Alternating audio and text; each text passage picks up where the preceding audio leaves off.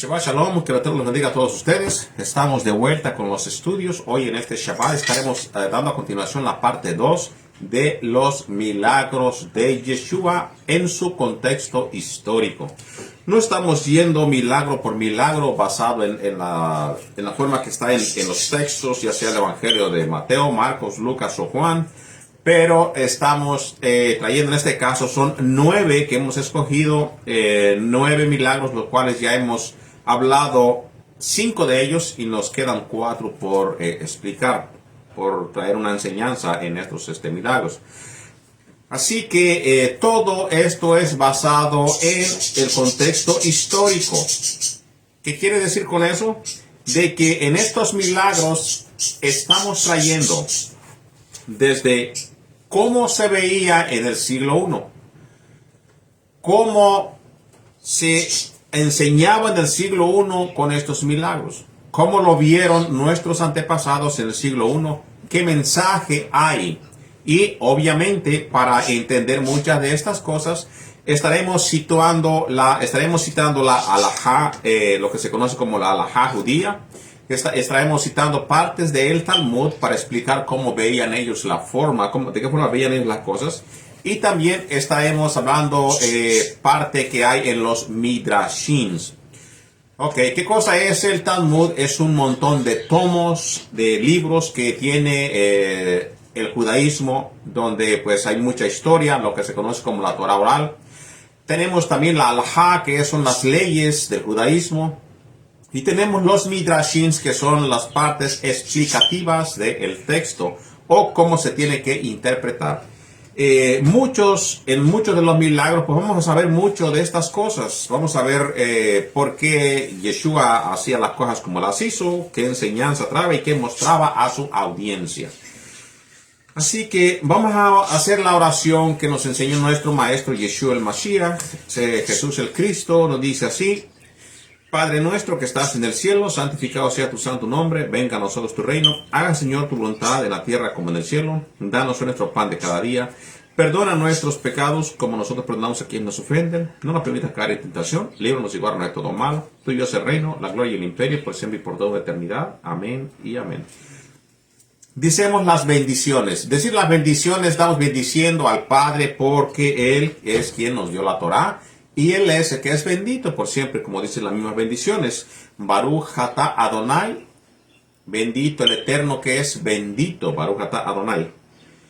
Baruch atah Adonai, bendito eres. La palabra Adonai, pues sabemos que se reemplaza porque ahí lleva las iniciales de nuestro Padre, Yod Hei Vav Hei. Para no pronunciar el nombre, pues ellos ponen Adonai. Y sigue la siguiente bendición. Baruch atah Adonai Eloheinu melech haolam asher bahar banu mikol ha'amin benatan lenu et toratot Baruch atah Adonai noten ha'torah. Bendito eres tú, Adonai, nuestro Dios, Rey del universo, que nos has elegido entre todas las naciones y nos has dado tu Torah. Bendito eres tú, eterno, dador de la Torah. Bendito el Eterno que nos has dado su Torah para nosotros seguirla, para nosotros seguir y conocer a nuestro Padre a través de su Torah. En este caso, pues vamos a hablar del milagro que nosotros hemos puesto en nuestra lista como número 6, donde se encuentra uno de los que se cree que fue los primeros milagros de Yeshua, las tinajas de piedra en Caná. Las tinajas de piedra en Caná, esto viene de la cita Juan, capítulo 2, versículos 6 al 8. Vamos a ir leyendo poco a poco, explicando lo más simple y lo más lento que se pueda para que se pueda captar la enseñanza y cómo se veía en aquellos tiempos. Recuérdese que para entender la escritura hay que leerla en su contexto relativo, en su contexto histórico. Hay que entender quién era la audiencia, hay que entender cuál era el mensaje, por qué se dijo el mensaje, qué pudo estar en la mente de quién lo dijo y por qué lo dijo. De lo contrario, pues vamos a darle pues mala interpretación al texto. Dice Juan 2, versículos 6 al 8. Y estaban ahí 6 tinajas de piedra para agua, conforme al rito de la purificación de los judíos, en cada una de los cuales habían 2 o 3 cántaros. Yeshua les dijo, llenad estas tinajas de agua, y las llenaron hasta arriba. Entonces le dijo, sacad ahora y llevadlo al maestrasala, y se lo llevaron. Entonces el relato pues sigue en gran relato. Todos sabemos desde el principio que se termina el vino. La madre le pide a Yeshua, se acabó el vino, le mandan a los que estaban ahí en este caso pues como sirvientes o sirviendo, llévenlo a él para que él ayude con la cuestión de que se acabó el vino y se pueda la fiesta seguir, o sea, pueda seguir la fiesta. Entonces pues en este lugar, en esta fiesta, muchas de las personas, especialmente la religión, los religiosos, ven como a Yeshua que está llegando o llega a esta boda en las fiestas de Canaán, y ven que las personas de la fiesta se están quedando sin vino, o sea, sin jugo literal. No, se está hablando de un jugo, de un vino. El vino es un vino pues con alcohol, obviamente la palabra vino, si no se pronunciaría de la forma diferente. Por ejemplo, uno cuando ora por el fruto de la vid, cuando es para el vino se bendice de una forma, y cuando es jugo, pues ahora sí que sabemos nosotros que el jugo de uva pues no se le buscó la forma de que no se fermentara hasta mucho después. Me parece que fue el siglo XIV en adelante cuando se buscó la forma de que el jugo se preservara sin que se fermentara. Y para eso estamos leyendo este milagro en su contexto histórico, para que aprendamos de lo que dice la historia y cómo era en aquellos lugares. Así que pues usted puede leer de Juan 2, versículo 1 hasta el versículo 12, y puede usted ver todo el relato. Aquí solamente estamos explicando el milagro, la enseñanza y por qué en su contexto histórico. Entonces, cuando nosotros pues vemos este relato, el milagro de las bodas de Canaán en Juan 2, versículo 1 al 11, es más que un acto de milagro, de maravilla social para salvar, en este caso, los que estaban en problemas, que son los novios, de pasar una gran vergüenza. ¿Y por qué? Bueno, pues también para entender estas cosas hay que irnos a la tradición hebrea, Cuando analizamos bajo el ente de la halajá, o sea, la ley de los que le hacía mención, que iba a estar mencionando, de la halajá, de la que se conoce como la ley judía, la cultura del segundo templo y las profecías hebreas se convierte en una declaración teológica donde nos enseña a nosotros los significados. Y muchas veces también lo que será en un futuro en cuestión de las bodas. En el contexto cultural, cómo eran las bodas, de qué forma eran las bodas, cómo se llevaban a cabo las bodas cuando estaba el segundo templo. Vamos a remontarnos a tener esa idea de conocer cómo era en la historia. Entonces, en el siglo I, en lo que se conoce como la antigua Judea y Galilea, o sea, estamos hablando desde el tiempo de Yeshua el Mesías, una boda, una hatuná, no era un evento como se hace de este lado del mundo. No era un evento como lo que se hace entre las culturas de este lado, que pueden durar 1 hora, 2 horas. Era el acontecimiento social más importante de la comunidad. Recuérdese que también antes no había todo lo que hay hoy. Antes era un poquito más pobre la cuestión en la forma en que se vivía. ¿Cuánto duraba una fiesta? Por eso vamos a ver el contexto histórico para entender las acciones que estaban en este pasaje. Celebrar una boda tomaba 7 días completos, lo que se conoce como Shevat Berajot, o las 7 bendiciones. Shevat Berajot. Durante toda la semana, la familia de los novios abría las puertas de su casa para banquetear con todo el pueblo y viajeros y parientes lejanos. O sea, esto se hace en mi cultura En mi cultura, por ejemplo, cuando hay una boda, pues todo el mundo es recibido y se trata de servir a todo el mundo. Se trata de que todos los que llegan a esa fiesta, a esa boda, pues todos tengan un pedacito de comida. En este caso, en mi país, pues se hace lo que es lo que se conoce como birria, arroz y frijol. Y lo que se llama frijoles puercos, pues eso es lo que se da tradicionalmente, pero eso es una cuestión de que se puede tardar 1 hora o 2 lo que es el servir a todos los invitados y también a los que llegan. Pero en este caso, en la cultura hebrea, en este caso vamos a decir judía, yo vuelvo a repetir, no me gusta mucho decir los judíos porque estamos hablando de todo el pueblo de Israel.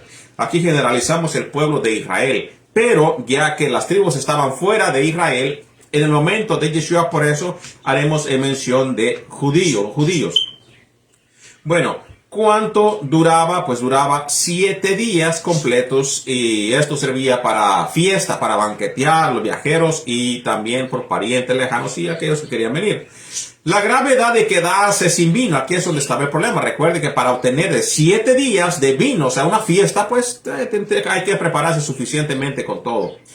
La gravedad de quedarse sin vino, el vino yayin, en la cultura hebrea no era solo una bebida.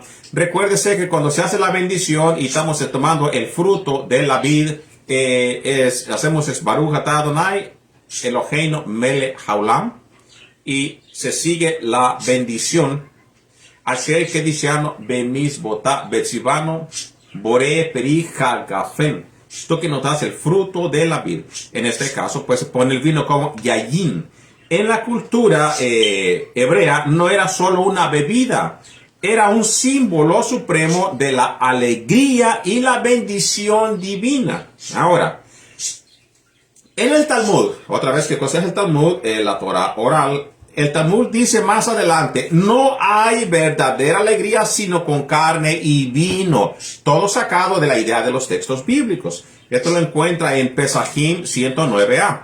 Quedarse sin vino quedarse vino al tercer o cuarto día no era un simple, ahora sí que un descuido de las personas, era una humillación social que tenía que llevar con la vergüenza de la familia. Era una cosa catastrófica para la familia. ¿Por qué? Porque no se pudo llevar a cabo por los 7 días. ¿Cuándo se supone que las personas que van a llevar a cabo esta boda se preparen para hacer una fiesta y que tarde los 7 días y no sea avergonzada la familia? Entonces, esto más aparte sería un insulto a los invitados y se consideraba un mal presagio para el matrimonio. Lo que en este lado veían, eso es puede traer mala suerte. Vamos a verlo así, de esta forma, en este lado, en este lado del mundo. Vamos a verlo en el occidente como algo que traería, pues, a lo mejor un mal futuro para esta familia.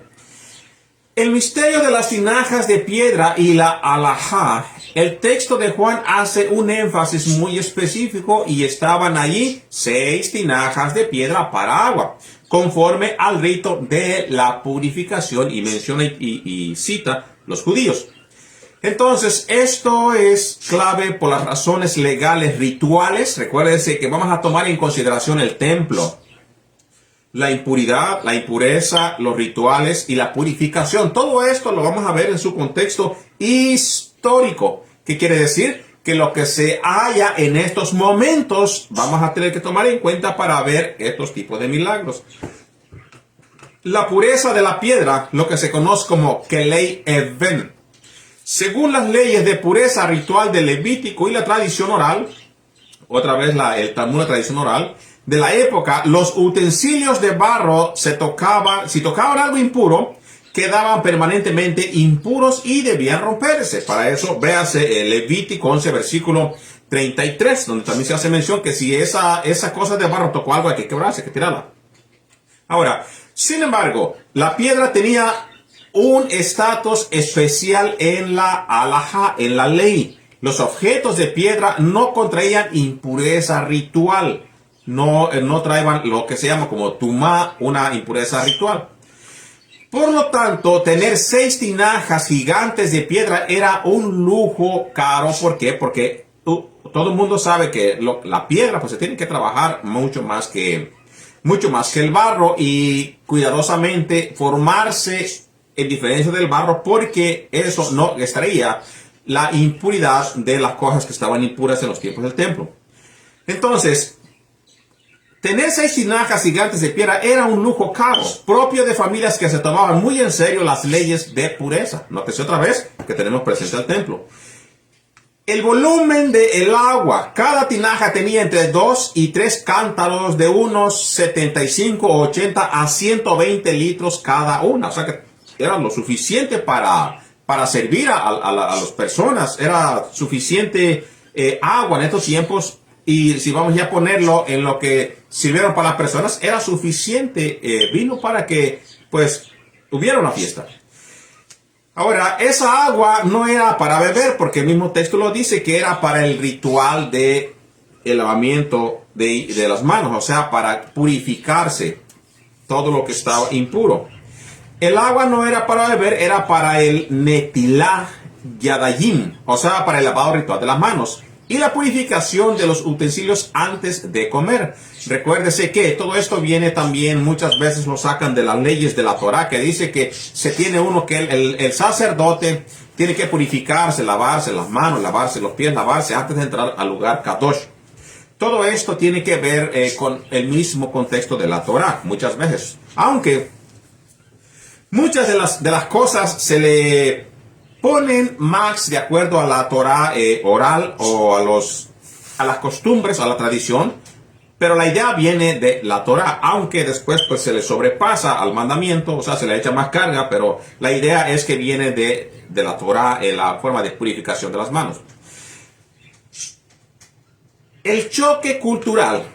Yeshua toma el agua que estaba destinada estrictamente a la limpieza de la impureza legalista y la transforma en vino de la celebración. El mensaje espiritual y profético en el contexto hebreo. Para los Yehudí, y ahora sí a los judíos, porque es lo que se encontraba en el siglo I. Para los Yehudí, para los judíos del siglo I, lo que Yeshua hizo allí no fue una magia, un truco, como después se le acusó que él practicaba magia y todo eso. No fue simplemente eso. Fue una señal mesiánica que les enseñaba verdades proféticos pronunciados ya en la misma Tanaj. Al inicio de la era mesiánica, los profetas de Israel habían ya profetizado que cuando llegara el Mesías, los días de escasez terminarían y el vino nuevo fluiría en abundancia como señal de la restauración de Israel. Por ejemplo, para eso pues citamos el libro de Amós 9, versículo 13, dice: los montes destilarán vino dulce y todos los collados se derretirán, poniendo eso para el contexto mesiánico. Joel 3:18, sucederá en aquel tiempo que los montes destilarán mosto. Entonces, al proveer más de 500 litros del mejor vino, recuérdese lo que ya dijimos de la cantidad de 75 a 80 cada tinaja, litros que llevaba cada tinaja, Yeshua estaba diciendo visualmente: la era de la escasez espiritual ha terminado, el reino de los cielos ya llegó, se ha acercado, como él lo dijo en muchas de las ocasiones, en el mismo Brit Hadashah, en el nuevo pacto. Recuérdese que no he dado un estudio específico acerca del vino, como lo ve el judaísmo, pero poco a poco en estos mensajes vamos a dar un poquito de enseñanza a cómo lo ve el judaísmo. Tenemos un estudio ya preparado acerca del vino y en ella hay mucha enseñanza de qué forma se ve en la cultura hebrea. El banquete que se encuentra en este lugar, ilustrando el banquete celestial. En el judaísmo, el tiempo del Mesías describe frecuentemente como un gran banquete de bodas entre Dios y su pueblo. Esto también es compartido con la religión tradicional, que se cree que la religión tradicional o los personajes que no son judíos o no son hebreos que estudian la escritura, también se cree que estaremos en las bodas del Cordero. De esto mismo pues también la idea viene del judaísmo, de los propios textos y de las creencias que son tradicionalmente dichas por los judíos. Yeshua inicia su ministerio público precisamente en una boda. Recuérdese que según los textos este es uno de los primeros milagros, mostrando que Él es el novio que viene a redimir a su novia, o sea, Israel. Él es puesto como el personaje que se envía de parte del Padre para restaurar a Israel. Restaurar a Israel. Y también pues nos enseña a nosotros que Él mismo nos muestra la ley de la gracia, la transmutación del ritual. O sea, el que puede quitar y limpia a aquellos que han transgredido la ley y se han puesto ritualmente impuros. Las 6 tinajas representan el sistema de purificación ritual de la época, el esfuerzo humano para mantener limpio externamente. O sea, son 6, recuérdense que 6 aún es incompleto y el 6 va puesto a el ser humano, el 6, número de hombre. El número 6 en el pensamiento hebreo es el número del hombre y de lo incompleto creado en el 6º día. Al llenar las tinajas hasta arriba y convertirlas en vino, Yeshua enseña que Él viene a dar la plenitud, pleroma, y a llevar a su máximo cumplimiento el sistema de la ley. Ahora, en este caso, pues, a la ley de la purificación. Es lo que está ahí mostrando Yeshua, que Él viene ritualmente o limpiar a toda persona que ritualmente se encuentra impuro y también literalmente impuro por los pecados. El agua de la purificación externa ya no es necesaria porque el vino de su gozo y su pacto transforma el corazón desde adentro. Así como Él fue enviado por el Padre y todo lo que tenían ellos en esta boda muestra que primeramente pues tenemos las tinajas, tenemos a los novios, tenemos la gente, tenemos a Yeshua. El maestrasala, cuando le llevan este vino al maestrasala, dice, bueno, tú has dado o has dejado el vino para lo último, Y diste el vino, pues que no era muy bueno al principio, pero en pocas palabras lo hiciste al revés. Entonces, no era que el novio o la familia estaría haciendo estas cosas intencionalmente o porque ellos lo dieron el primer vino primero y dejaron el más refinado para lo último. Era que al momento de esta boda ellos se quedaron sin vino y no podían seguir en la boda. Vamos a leer el relato de Juan 2, versículo 1 a 11. Y voy a citar la Reina Valera 1960. El tercer día se celebró una boda en Caná de Galilea y la madre de Yeshua, de Jesús, se encontraba allí. También habían sido invitados a la boda de Jesús y sus discípulos también los invitaron. Cuando el vino se acabó, la madre les dijo, ya no tienen vino. Entonces dice, mujer, ¿eso qué tiene que ver conmigo? ¿Qué tengo que ver yo en todas estas cosas? En pocas palabras, esta no es mi boda, es la boda de ellos. Respondió Jesús, todavía no ha llegado mi hora. Su madre dijo a los sirvientes, hagan lo que Él les ordene. Había allí 6 tinajas de piedra de las que usaban los judíos en sus ceremonias de purificación. En cada uno cabían unos 600 litros. Jesús dijo a los sirvientes, llenen de agua las tinajas, y los sirvientes las llenaron hasta el borde. Ahora saquen un poco y llévenlo al encargado del banquete, dijo Jesús. Así lo hicieron. El encargado del banquete probó el agua convertido en vino sin saber de dónde había salido, aunque sí lo sabían los sirvientes que habían sacado el agua. Entonces llamó aparte al novio y le dijo, todos sirven primero el mejor vino, y cuando los invitados ya han bebido mucho, entonces sirven el más barato. Pero tú has guardado el mejor vino hasta ahora. Esa primera señal milagrosa la hizo Yeshua en Caná de Galilea. Así reveló su gloria y sus discípulos creyeron en Él. Nueva versión internacional, de la nueva versión internacional. Reina Valera menciona como el maestrasala, aquella persona que se le da el vino para que lo pruebe. Primeramente, una persona que tenía una gran labor, en este caso en las bodas, el que probaba el vino para que se diera a todos los demás. Entonces, en conclusión, pues, nos enseña que el Mesías era el cumplimiento de la profecía, era el cumplimiento del Mesías que vendría a redimir a Israel. Y aunque las tinajas menciona 6 tinajas, número de hombre otra vez, se necesita la perfección. Y eso lo vino a cumplir Yeshua el Mashiach, purificando lo que estaba totalmente impuro o lo que se utilizaba para la limpiación de las manos, que eran estas tinajas. Otra vez depende a las medidas, según la historia, desde de 75 a 80 litros hasta un mayor número que se le puede poner a estas tinajas para que se llenen, en este caso pues de agua, porque para eso fueron destinadas, pero se llenaron de vino. El vino, conociendo el contexto histórico, pues tiene mucho que ver en lo espiritual. Recuérdese que en el mundo hebreo no se conoce el vino, o no se toma de la forma que se toma en este lado del occidente. En este lado del occidente, el vino significa muchas otras cosas, pero en la cultura hebrea, el vino tiene que ver mucho con lo espiritual y no con el vicio que se conoce, así como se conoce en este lado del mundo. Siguiente milagro.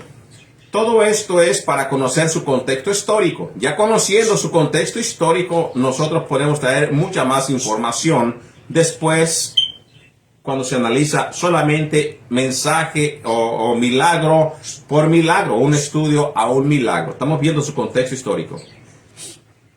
El siguiente milagro, la multiplicación de los panes, el maná del nuevo Éxodo. Y esto está sacado de Juan 6, versículo 11, o de Juan 6, versículo 1 al 14. Es importante leer el texto para entender lo que nos menciona la Escritura y ver otra vez quién estaba, dónde lo hizo, por qué lo hizo y qué enseñanza trajo. Muchas veces, pues personas se dedican a traer el mensaje de un milagro, enseñando simplemente el mensaje espiritual, pero no se entiende su contexto histórico para entender por qué fue hecho este milagro o cómo lo pudieron ver nuestros hermanos judíos, cómo lo pudieron ver ellos en aquellos tiempos. No tenemos esa enseñanza porque no nos la enseñan.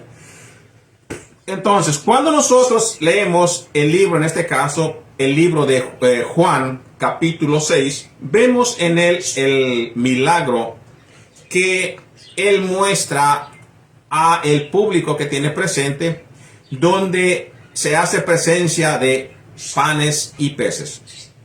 Dice el texto: después de esto, Yeshua fue al otro lado del mar de Galilea, al de Tiberias, y le seguía gran multitud porque veían las señales que hacía en los enfermos. Entonces subió Yeshua al monte y se sentó allí con sus discípulos, y estaba cerca la Pascua, la fiesta de los judíos. Cuando alzó Yeshua los ojos y vio que había venido a él gran multitud, dijo a Felipe: ¿de dónde compraremos pan para que coman estos? Pero esto decía para probarle, porque él sabía lo que había de hacer. Felipe le respondió: 200 denarios de pan no bastaría para que cada uno de ellos tomase un poco. Quiero mencionar que ya he hablado yo acerca de este milagro en específico, un estudio por milagro, para que veamos nosotros la enseñanza que hay para el creyente específicamente en este milagro. Sigue diciendo: uno de sus discípulos, Andrés, hermano de Simón Pedro, le dijo: aquí está un muchacho que tiene 5 panes de cebada y 2 pececillos.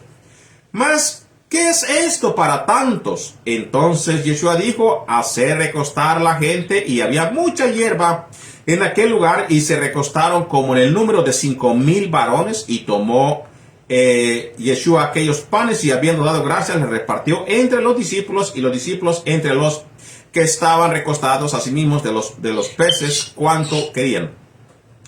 Y cuando se hubieran saciado, dijo a sus discípulos: recoged los pedazos que sobraron para que no se pierda. Recogieron pues y llenaron 12 cestas de pedazos de los 5 panes de cebada sobraron a los que habían comido. Aquellos hombres entonces, viendo las señales de Yeshua había dicho, dijeron: este verdaderamente es el profeta que había de venir al mundo. Ahora, ¿qué cosa es lo que más vemos en estos textos, en estos milagros? Es la manifestación de el Hijo de David, del reino mesiánico, del Mashiach, del ungido del Todopoderoso, de aquel que el Eterno había escogido. Estamos viendo la manifestación, no literalmente él diciendo yo soy el Mashiach, no, sino que dice por sus frutos los conoceréis, sino que él estaba manifestando profecía por profecía en estos milagros que él hacía en frente de esta gran multitud. Recuérdense que no era uno o dos, sino que eran muchísimas personas que estaban presentes en esta parte donde aconteció este gran milagro. Había una gran multitud. Recuérdense, le seguía gran multitud porque venían a ver las señales. ¿Por qué? Porque ya vieron que él hacía milagros y muchos de ellos pues lo siguieron. Así que era una gran multitud de personas. Ahora, ¿qué cosa nos enseña a nosotros el milagro o el texto? Primeramente, vamos a ver que tiene 5 panes. La suficiencia humana y la Torah tiene que ver 5, pues 5 uno lo relaciona rápidamente con la Torah porque tiene 5 libros de Moisés. El 5 representa la Torah, los primeros 5 libros de Moisés, y también la capacidad humana limitada, como los 5 dedos de la mano. El mensaje es que la ley por sí sola no alcanza para saciar al hombre. Eso pues lo dijo Pablo en el libro de Gálatas. Nos dice que pues la ley no fue puesta con intención que salvara, sino que ella fue para que se encargara de traer al hombre y llevarlo hacia la manifestación que vendría después. Pero cuando pones tu poco esfuerzo en manos del Mesías, él lo multiplica. Ahora, otra vez, son 5, se pone como los 5 libros de la Torá, se hace mención como los 5 dedos de la mano, donde es la insuficiencia del hombre, en este caso para salvación, pues se necesita la presencia de este Redentor, que es Yeshua el Mesías.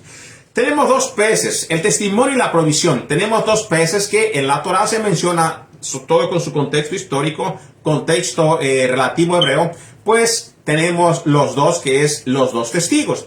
Y también de ellos se vienen las 2 casas de Israel. Tenemos 5 que es la Torá, 2 que es las 2 casas de Israel y también los 2 testigos. Si lo sacamos nosotros en su contexto bíblico que representa cada cosa, 5 la Torá, 2 las 2 casas de Israel, pero anteriormente eran los 2 testigos que se tenía que llevar a cabo cuando se llevaba un caso. En este caso, pues tenemos aquí a el Mesías, del cual sí se llevaba un caso. Era la manifestación del segundo Moisés en representación, en presencia de esta gran multitud. 2 peces entonces, el testimonio y la provisión. El 2 es el número legal del testimonio en el judaísmo. Hacen falta 2 testigos para validar algo, así como en el desierto Dios envía maná y codornices. Aquí el pan y el pez son los 2 testigos de su provisión. También simboliza la multiplicación masiva de creyentes. ¿Por qué? Porque relaciona los peces con la palabra que dijo Yeshua: yo te haré pescadores de hombres. También se relaciona con la restauración de Israel. ¿Por qué? Porque se pone a los peces como hombres y la palabra como el anzuelo o como la atarraya, dicen en el país, la red, para traer a la multitud a el Mesías. Elementos en total perfección y creación. Al sumar 5 más 2 obtenemos el 7, el número sagrado de la perfección. La totalidad y el Shabbat en el pensamiento hebreo. Al usar 7 elementos, Yeshua muestra que está operando con el mismo poder que el Creador le da, o lo que se llevó a cabo del principio de Génesis, que duró 7 días y en su reino trae una llenura espiritual y perfecta y completa. Muchos de los estudiosos le dan relación al número 7 también a la imposición de la cultura judía que le da a las personas o a las naciones 7 leyes. Usa 5, la Torah, 2, casa de Israel, casa de Judá, multiplicado o sumado son 7, igual a 7 naciones, goyim, personas o Israel, ya dispersado, perdido, personas que perdieron su conocimiento o su identidad y se asimilan entre las naciones que a través de Yeshua son traídos, puestos en sus manos, igual a 12 cestas, la casa de Israel, las 12 tribus de Israel. La multiplicación de los panes y los peces de Juan 6, 11 al 14 no fue solo un acto de compasión para saciar el hambre física de una multitud en lo que estaba presente. En el contexto hebreo del siglo I no se pudo ver nada más como, bueno, aquí hay forma de tener hambre, pues, de que haya comida, vamos a comer. Este acontecimiento fue una réplica, cuando leemos el contexto de la Biblia, de la Torah, fue una réplica deliberada de Éxodo, de Shemot, y la proclamación visual de Yeshua, que él era el cumplimiento exacto de la profecía, más esperada por el pueblo hebreo. Era el venimiento del segundo Moisés, o sea, la manifestación del segundo Moisés. En el contexto histórico-cultural, la expectativa del profeta como Moisés, estas palabras pues vienen de la Torah, profeta le levantaré como Moisés, a él oír. Para entender por qué la multitud reacciona diciendo, verdaderamente, recuérdese que aquí no estamos viendo a la multitud que dijo, ay, ya viene, gracias Dios mío, porque ya estoy lleno, no. Sino que el texto enfatiza en su final, en la finalidad de ese capítulo, con una reacción por parte de la multitud. Y otra vez nos lleva al contexto histórico de la manifestación de Yeshua, cómo se manifestaría y qué cosa hizo él para manifestar que él era el Mesías. Entonces, para entender por qué la multitud reaccionó diciendo, verdaderamente es el profeta que había de venir al mundo. Recuerden que ellos esperaban a un profeta. Ellos esperaban a un profeta como Moisés, que también sería hijo de David, con la autoridad de un rey.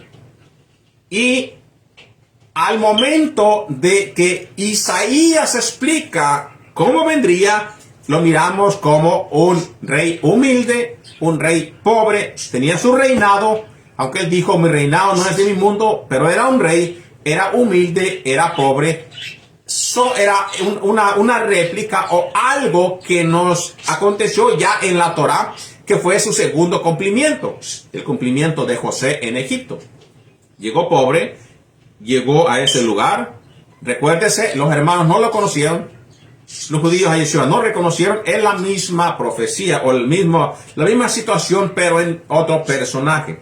Entonces, la gente, al momento que ellos vieron y dijeron, es el profeta que había de venir al mundo, debemos entender qué cosa es lo que esperaban los judíos ya del siglo I. Por eso preguntaban si él era el Mesías o era el Juan el Bautista. Esto lo sacaron basados en el libro de Deuteronomio 18, versículo 15. De ahí se saca esto. La teología judía de la época del segundo templo sostenía la firme creencia que antes de la redención final, Dios levantaría a un profeta definitivo que guiaría a Israel. En el Midrash, el comentarista rabínico o el comentarista que hace la aplicación en el Midrash, que es un comentario rabínico tradicional, existía una regla teológica muy clara sobre cómo conocerlo. Y cita, ¿cómo fue el primer redentor? ¿Cómo fue ese? Pues el primer redentor fue Moisés. Así será el último redentor. El primer redentor hizo descender el maná. ¿Quién? Moisés.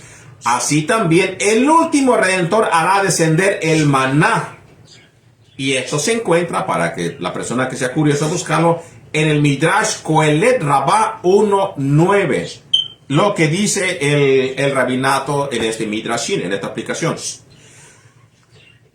La gente de la época de Yeshua buscaba a alguien que pudiera repetir las señales del Éxodo. Recuérdense que cuando se espera un profeta en cada generación, se busca a alguien que cumpla esa profecía, que cumpla lo que está escrito para pues, que se lleve a cabo y ellos sean la generación donde se manifiesta, en este caso, pues el reino venidero o la aparición del ungido de Dios.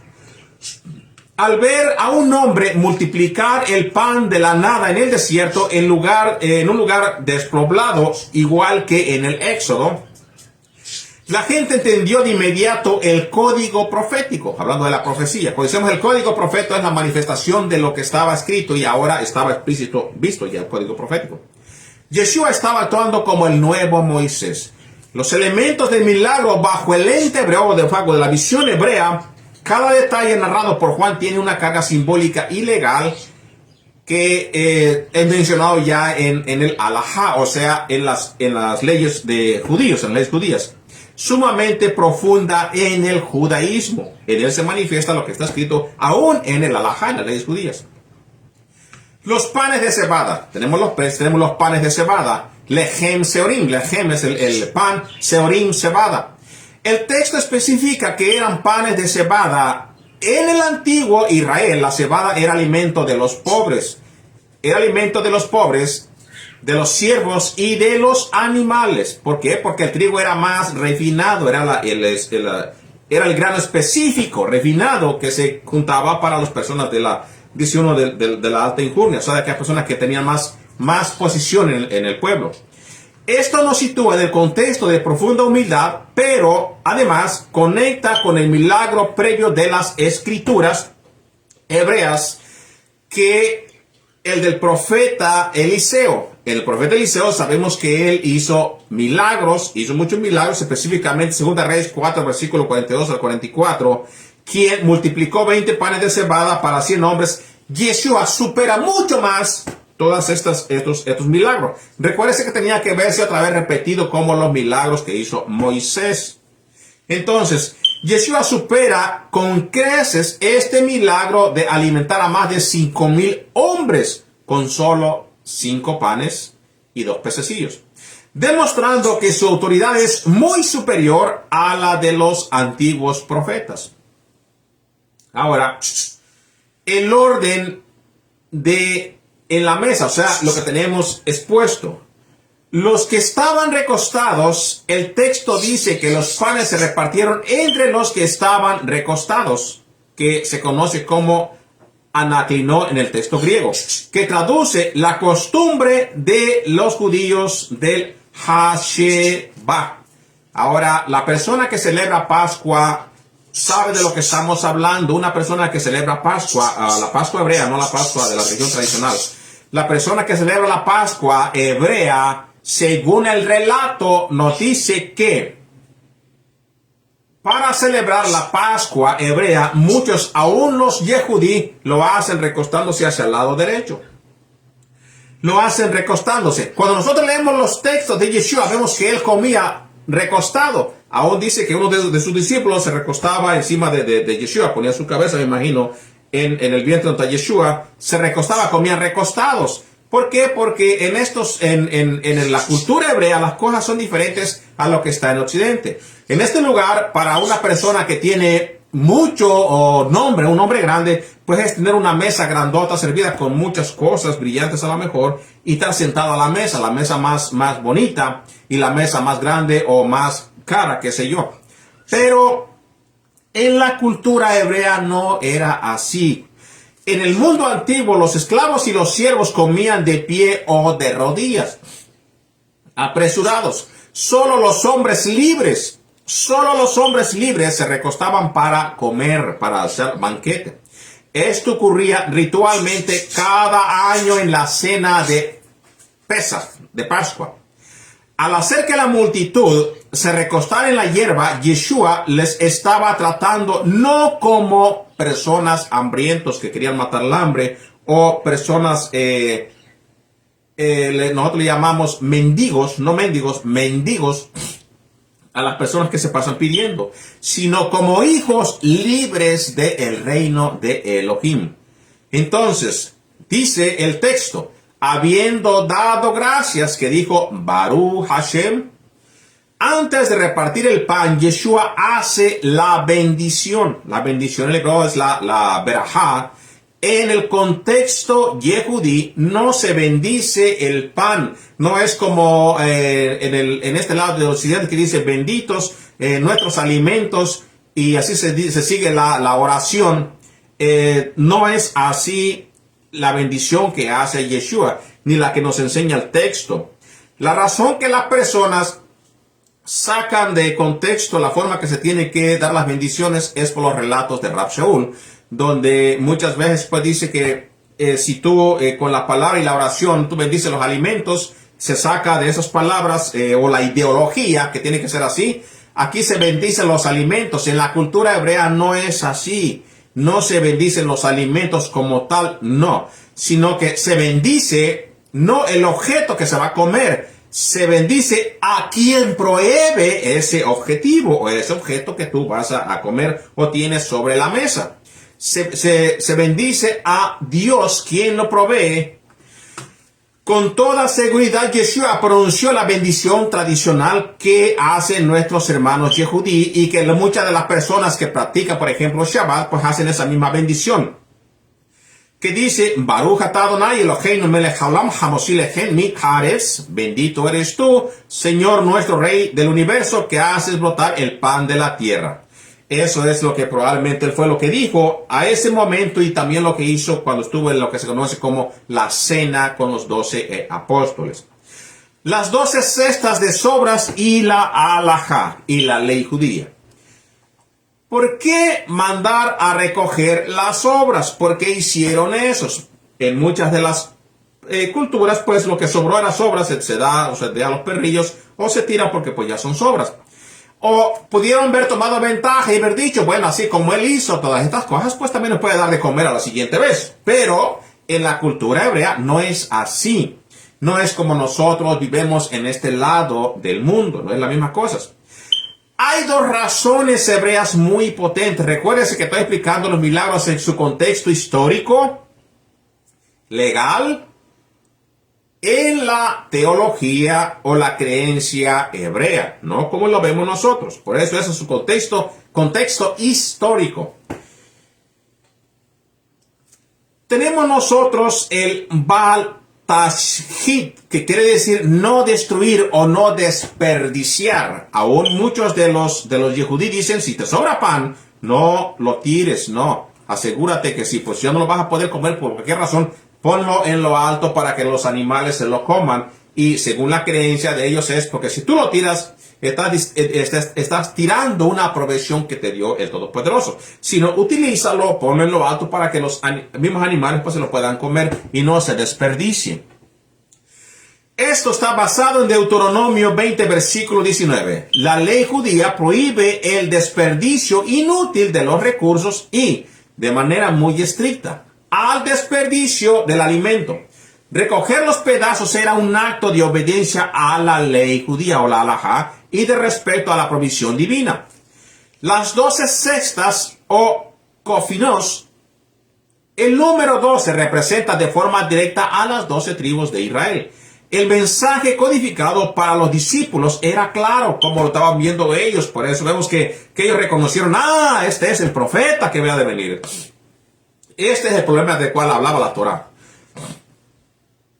Entonces, el sustento del Mesías es tan sobreabundante que hay una porción completa, un cesto lleno, reservado para la restauración de cada una de las tribus de la casa de Jacob. Nada se pierde, todo Israel será saciado. Recuérdense que la cesta se llenó hasta arriba y cada una representa la casa, la tribu de Israel. Cada una necesita y solamente es saciada a través de Yeshua el Mesías. ¿Qué otro mensaje tenemos? El mensaje espiritual, el maná verdadero. En los versículos posteriores, en este pasaje de Juan, vamos más atrás, Juan 6, versículos 10 al 35, la multitud confronta a Yeshua y le dice explícitamente, nuestros padres comieron el maná del desierto ¿qué señal pues haces tú? Si seguimos nosotros la secuencia de las preguntas y del relato del texto, vemos específicamente mostrado ya lo que ellos se preguntaban. ¿Qué señal haces tú? Citándole qué. Bueno, nuestros padres comieron el maná, según la halajá, según los textos, según los midrashims, los explicativos rabínicos. El siguiente Moisés, o el profeta de cual hablaba la Torah, tiene que hacer los mismos milagros. Le dicen, entonces, ¿qué señal pues haces tú? Y esto se manifiesta más adelante en la cuestión, en el libro de Juan, cuando nosotros vemos la manifestación, el gran milagro de que hay en los panes y también los peces de este capítulo, de este versículo, de este momento en que se lleva a cabo en Juan 6, versículo 1 al 14. Se muestra y se manifiesta lo que ellos preguntaron al principio, ahora ya estaba enfrente de sus ojos. Ya se había mostrado lo que se había cuestionado en Juan 6:30, versículo 35. El mensaje espiritual que Yeshua implanta a través de este milagro es una transición de lo material a lo eterno, o el mensaje de su venida a la tierra. Moisés dio un pan que saciaba el cuerpo temporalmente, el mismo Mesías lo dijo, pero los padres de la nación murieron en el desierto. Yeshua se revela a sí mismo como el maná viviente, el pan que descendió del cielo. Entonces, en la mentalidad hebrea, la Torá, la palabra de Dios, el Dabar Elohim, a menudo se comparaba con el pan que alimenta el alma, la palabra.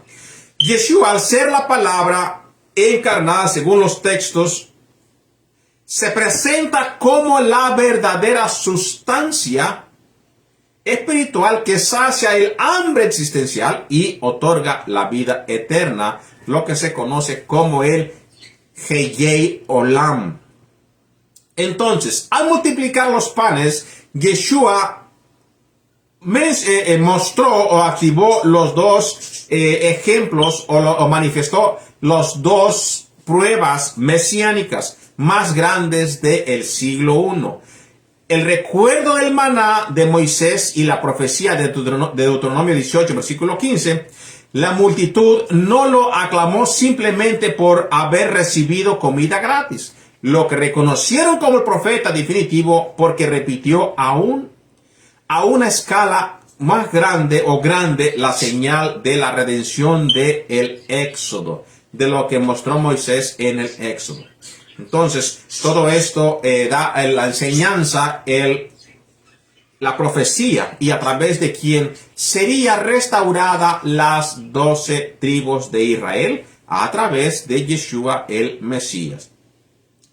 Siguiente milagro. Uno de los siguientes milagros que también vamos a dar mención es la resurrección de la hija de Jairo. Vemos que nos trae idioma arameo que se hace mención en el libro de Marcos capítulo 5 versículo 39 al 42. Usted puede leer desde el versículo 1 para que entienda el contexto y qué cosa es lo que está hablando este milagro. Entonces, nosotros explicamos la acción del milagro. Dice, y entrando les dijo, ¿por qué alborotáis y lloráis? La niña no está muerta, sino duerme. Y se burlaban de él, mas él, echando fuera a todos, tomó al padre y a la madre de la niña y a los que estaban con él, y entró donde estaba la niña. Y tomando la mano de la niña, le dijo, Talita cumi, que traducido es, niña, a ti te digo, levántate. Y luego la niña se levantó y andaba, pues tenía 12 años, y se espantaron con gran espanto. Entonces, vemos otra vez que se manifiesta el 12. El 12 siempre tiene que ver con la redención y la restauración de Israel. El contexto histórico y cultural, la identidad de Jairo, en el texto destaca que Jairo, Yair, en hebreo, era un principal de la sinagoga, no era cualquier persona. Era lo que se conoce en hebreo como Rosh HaKnesset. En el siglo I, este no era un cargo sacerdotal, porque no nos menciona nada de Kohen o Kohanim, no nos menciona nada de eso, sino que era un personaje muy importante. Era un puesto civil y religioso de altísima estima. No nos menciona que era un sacerdote, pero alguien que tenía un puesto de alta estima en la comunidad. El Rosh HaKnesset se encargaba de la logística, de decidir quién leía la Torá y de mantener el orden doctrinal y físico del lugar. Casi como si nos está hablando de un doctor de la ley, de un doctor que conocía la Torá. El peso cultural. Que un líder de este rango se postrara públicamente ante Yeshua en comparación de todos los demás que querían destrozarlo, matarlo, correrlo y no saber nada de él. Incluso lo acusaban con cosas malas. Este personaje, Jairo, él vino públicamente ante Yeshua, según Marcos 5, versículo 22. Demuestra que a pesar de la posición que él tenía en Jerusalén, y vamos a ver si en este caso sería una posición de élite, de importancia, de gente grande, los líderes locales de Galilea reconocían la autoridad de Yeshua. Esto nos quiere decir que sí, los líderes conocían la autoridad de Yeshua, sabían que él era aquel personaje, pero muchos optaban por no reconocerlo.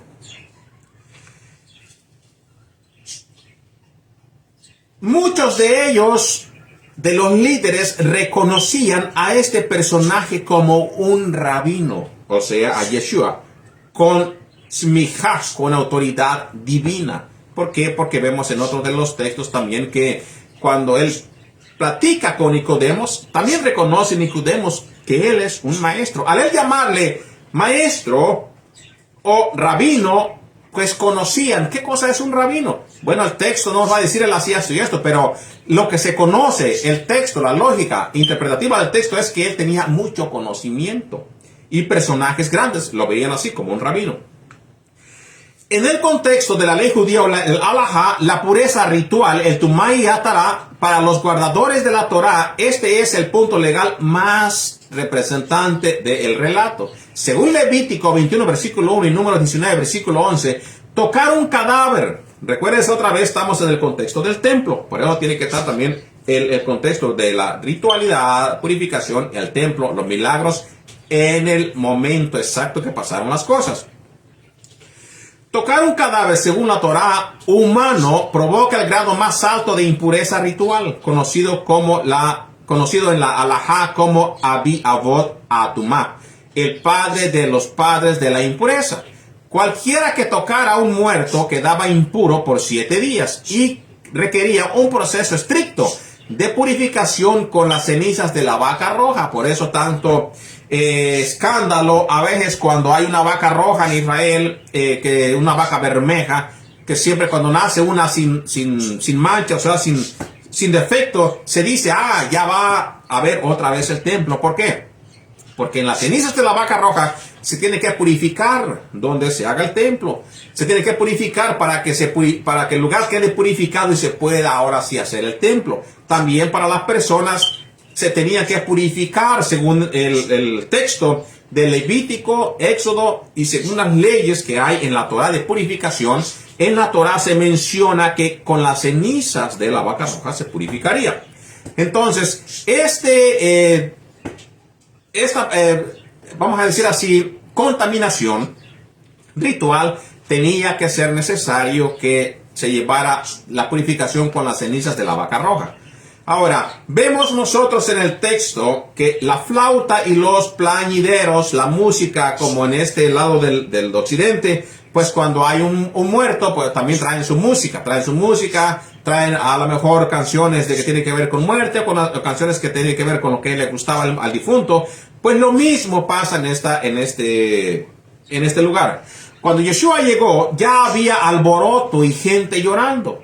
La Mishnah, el Ketubot 4, versículo 4:4, estipula que o enseña que, e incluso el judío más pobre estaba obligado a contratar al menos 2 flautistas y una plañidera profesional para el entierro de su esposa, esposo o hijos. Aún el más pobre se le requería que tuviera tener algo que tocara. En este caso Yeshua ya había un alboroto. Se imagina cuánto más habría para una persona tan importante. Al ser Jairo un hombre rico, la casa estaba llena de rituales funerarios inmediatos porque el cuerpo debía de enterrarse el mismo día. El choque halágico Al entrar y tomar la mano de la niña, según la lógica humana, según el ser humano, Yeshua se había contaminado ritualmente de forma automática porque ya estaba muerto. Sin embargo, en la teología del reino que Yeshua manifiesta, o sea, en lo que él muestra o enseña o manifiesta al público. Cuando mencionamos en la teología es según la mente, según la creencia, según la secuencia, según el propósito. La pureza y la vida de Yeshua son superiores a la impureza de la muerte. Es mucho superior.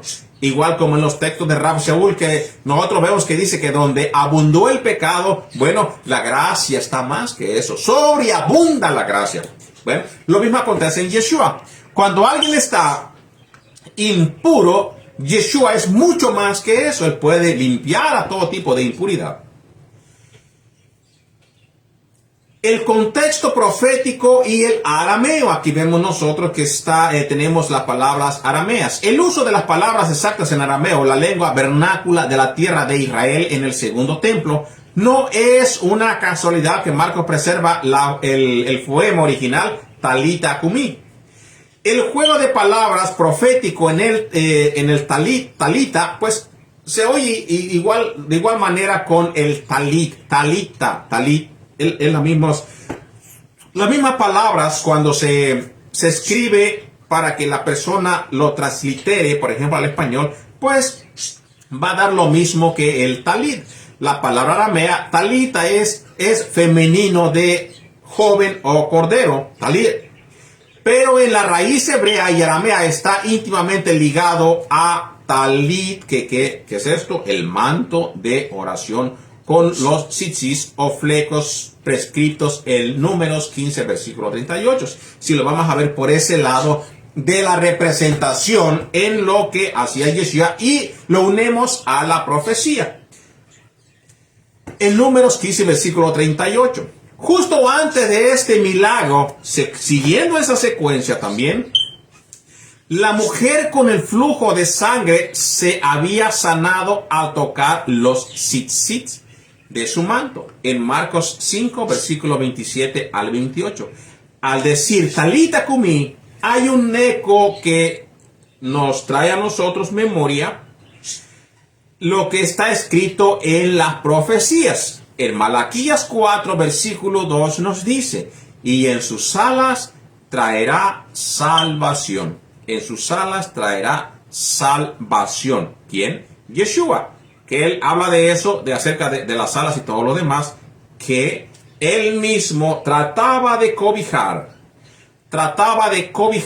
a Israel para que ellos tuvieran la salvación. Pero al contrario, ellos lo rechazaron, lo hicieron a un lado. Cuando hablo de ellos, no me refiero a todo viviente de Israel, sino que mayoritariamente los líderes religiosos, excepto los que la Biblia menciona en los textos que fueron hacia Yeshua para pedir enseñanza o en este caso con el propio interés de que hubiera un milagro en esta muchachita de 12 años. Y a través de ello vemos que se le dio el reconocimiento como quiera a Yeshua. Se le dio reconocimiento a Yeshua porque a los personajes ir con Yeshua quiere decir a nosotros que sí tenía fama y que sí se veía como un líder o una persona que tenía la autoridad divina. Vamos nosotros a ver que en este propio milagro nos muestra los 12 años, otra vez representados en los milagros proféticos. Los 12 años y las dos casas de Israel. La niña tenía 12 años. La profecía bíblica, el 12 representa la totalidad de la nación de las 12 tribus. Curiosamente, la mujer del milagro anterior llevaba también 12 años enferma. También llevaba 12 años enferma. Curiosamente, todos estos relatos o todas estas cosas nos relacionan con el número 12, que tiene que ver con la casa de Israel. Tiene que ver con todo esto. Entonces, el 12 se ve repetitivamente mostrado en los milagros de Yeshua. Ambas historias están entrelazadas. La hija de Jairo, que representa la institución de Israel, toda moribunda, o sea, muriendo en pocas palabras, es resucitada por la palabra del Mesías, es una señal profética de la restauración total de las 12 tribus de Israel, según el libro de Yehezkel, Ezequiel capítulo 37, que todo el mundo conoce, la profecía de los huesos secos que reviven. El mensaje espiritual para los guardadores de la Torá, para el pueblo también Yehudí, no está muerta, que es lo que dice el Mesías, sino duerme. A la luz de la Torá y de los profetas, la muerte para los justos es un estado temporal de sueño en espera de la Tejiat Ametim, o la resurrección de los muertos. Yeshua enseña que para el Creador del universo, levantar a alguien de la muerte es tan sencillo como despertar a un niño en su diestra, y una esperanza para los justos de la nación de Israel. En este caso, pues, les está diciendo a los 12, la niña 12 años, Israel 12 tribus, se encuentra en estado crítico, en estado muerto, porque no se ha arrepentido. En este caso se utiliza otra instrucción a través de Talita Kumi, que es como si dijeras mi pequeña corderita. Nosotros hablábamos acerca de el nombre que se parece mucho y da el talit a talit del manto que uno lleva y los tzitzis que tocó la mujer que llevaba el flujo de sangre. Entonces nos da otra conexión otra vez a través de los milagros con las 12 tribus de Israel y la restauración. Vamos a ver el siguiente milagro para finalizar, el número 9. Tenemos el sordo y el tartamudo en Marcos 7, versículo 32 al 35. Dice, le trajeron un sordo y tartamudo y le rogaron que le pusiese la mano encima. Tomándole aparte de la gente, metió sus dedos en las orejas de él y escupiendo tocó su lengua.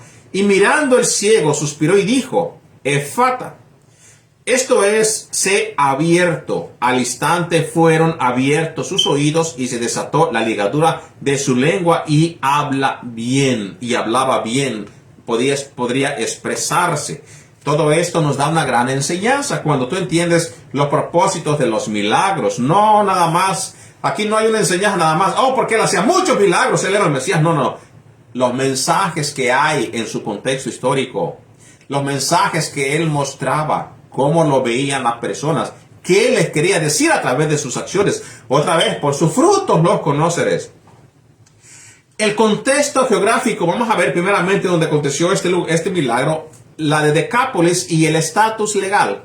El texto menciona que esto ocurrió en Decápolis, en lo que se conoce como las 10 ciudades, o Tensis, una región predominante pagana de la cultura griega. Pero, también hay un pero, sí, porque pues, si Yeshua andaba en un lugar de donde había mucho paganismo, contradiciría a lo que le dijo a sus discípulos, que por lugares de gentiles, caminos de gentiles no iréis, lugares donde están los gentiles no se presenten, no, vayan a las ovejas perdidas. Bueno, ¿qué hacía él en este Decápolis?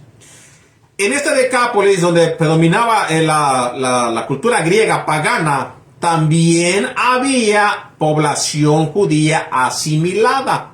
O sea, había personajes israelitas que ya vivían conforme a la cultura griega, y si tú lo veías, no veías a un rabino, una persona vestida de blanco y negro con tzitzits colgando, sino ya una persona que tú la veías y decías, este es un griego pagano, pero era un personaje de la casa de Israel. Entonces había población judía asimilada o exiliada. Vamos a verlo así, población hebrea exiliada. El estatus en la halajá, en la ley judía, en el pensamiento rabínico de la época del Segundo Templo, el territorio fuera de la tierra de Israel, Eretz Israel, se consideraba ritualmente impuro por defecto. que se llama el Tumat Eretz Ha'amin. Al ministrar ahí, Yeshua estaba cruzando una frontera invisible para buscar a las ovejas perdidas de la casa de Israel, ya que las personas religiosas lo veían como un lugar donde había mucho paganismo y no tenían nada que hacer ahí. Él conocía que ya había un rebaño, había también ovejas que pertenecían al redil de Yeshua.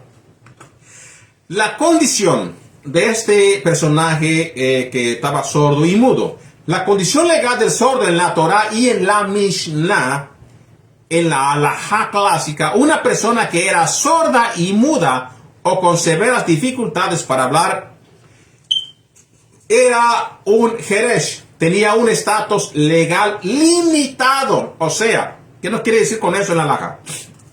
Vamos a ponerlo en palabras entendibles. Era una persona que tenía primeramente menos responsabilidades en lo que tiene que ver con en las cuestiones bíblicas. Tenía menos responsabilidades por sus defectos. En cualquier lugar de cualquier nación, una persona que tiene dificultades o tiene problemas en su cuerpo, por ejemplo, no le vas a exigir a una persona que no tiene manos que se ponga a lanzar piedras porque no tiene manos, no le puede aplicar a él. Bueno, de la misma forma también nosotros encontramos en la halajá, en la Mishnah y también en la halajá, que a personas con ciertos defectos no se les podía exigir que cumplieran con requisitos de la Torah, porque no podían ellos hacerlo. No se le consideraba, en el caso de este sordo mudo, no se le consideraba legalmente responsable de cumplir ciertos mandamientos positivos, porque no podía escuchar la lectura de la Torah. ¿Cómo se le podía exigir si no podía escuchar para que se le enseñara y cumpliera con ciertos mandamientos en la Torah? El mandamiento supremo, por ejemplo, del Shema, escucha, Shema Israel, escucha, oh Israel, ni podía articular correctamente las bendiciones. ¿Por qué? Porque él, como siendo mudo, no podía decir Baruch Adonai o Baruch Hashem, no podía decir eso. Yeshua no solo sana un cuerpo, está restituyendo la dignidad legal y espiritual de este hombre ante el pacto. Muchos de ustedes pues ya pueden aplicarse todas las acciones que Yeshua hizo aquí, si va siguiendo el relato, que le aplican a la persona espiritualmente sordo y mudo. Los gestos simbólicos. Vamos a tener poquita más enseñanza si no sabe cómo aplicarse este milagro a un sordo y a un mudo. Hablando, Yeshua representa la Torah, manifestación de la Torah, y a los que tienen enfrente. O sea, en este caso vamos a ver al afectado, por ejemplo, a el objetivo, el objeto, el personaje, quien lleva estas enfermedades o estos defectos. Siempre, mayoritariamente, son representación de Israel, de las ovejas perdidas, de el Israel perdido. Entonces, en los gestos simbólicos y la halajá ma'aseh, los métodos de Yeshua en este milagro son muy específicos. Apartarlo de la gente, meter los dedos en sus oídos, usar saliva y tocar su lengua. ¿Por qué hizo esto Yeshua? Otra vez vamos al contexto histórico y tradicionalmente cómo se veía o qué hacía. La comunicación por señas. Al estar apartado de la multitud, Yeshua utiliza el lenguaje que el sordo puede entender. El tacto, tocar las orejas indica, voy a sanar tu audición. Tocar la lengua con saliva indica, voy a desatar tu habla para que puedas hablar. La saliva en la cultura hebrea, en el mundo antiguo y en la tradición médica judía reflejaba más tarde en el Talmud fue enseñanza que se enseñó en el Talmud para los demás oyentes, obviamente, se enseñaba que la saliva, por ejemplo, si nosotros vemos en el Talmud, por ejemplo, en Baba Batra 126b, Se creía que la saliva del hijo primogénito de un padre tenía propiedades curativas exclusivas. Ahora sí ya vamos entendiendo por qué Yeshua hacía ciertas acciones que para nosotros no tenía sentido. Para nosotros nada más veíamos a un Yeshua que raya en la tierra, a un Yeshua que escupe, a un Yeshua que está amasando lodo, pero no entendemos el mensaje que hay en los simbolismos que él está haciendo. Al usar su saliva, Yeshua está haciendo una alusión velada a su identidad. Él es el primogénito del Padre. Les está mostrando algo que un judío puede entender. ¿Y por qué digo judío? Porque son mayoritariamente, ellos son los que se dedican a leer el Talmud. Especialmente un líder religioso. Podría entender el habla con el cuerpo, con los símbolos que hacía Yeshua y las enseñanzas que daba a través de ellos. Pudieron enseñar la saliva. Bueno, lo primero que se le tuvo que venir a la mente a una persona que conoce la halajá o el Talmud es la saliva representa esto. Quiere decir entonces que si él está utilizando esto y lo cura, nos está manifestando que él es el primogénito de Elohim, como está escrito. O aquel que a través de hacer este milagro también nos está enseñando a nosotros que él es el que está escrito en el Tanaj. Vamos a ver más adelante. El heredero legal, vamos a ver, al usar la saliva, Yeshua está haciendo una alusión velada a su identidad, que apunta a su identidad. Él es el primogénito del Padre, el heredero legal con poder de sanar y crear los órganos dañados. En el contexto profético y en el arameo, efatá. Nuevamente, Marcos preserva el término exacto en el arameo, efatá, que es una transliteración del arameo et-pataj en hebreo. La forma imperativa pasiva del verbo pataj, que significa sé abierto. El cumplimiento exacto de Isaías, por eso la apunta al Tanaj, Isaías. Para un guardador de la Torah, en este caso los judíos o los que se conocen como las raíces hebreas, para una persona guardador de la Torah, este milagro rápidamente, de inmediato, activa una de las profecías mesiánicas más explícitas en el Tanaj. Más explícitas en el Tanaj. Isaías 35, versículos 5 al 6. Entonces los ojos de los ciegos serán abiertos y los oídos de los sordos se abrirán. Entonces el cojo saltará como un ciervo y cantará la lengua del mudo.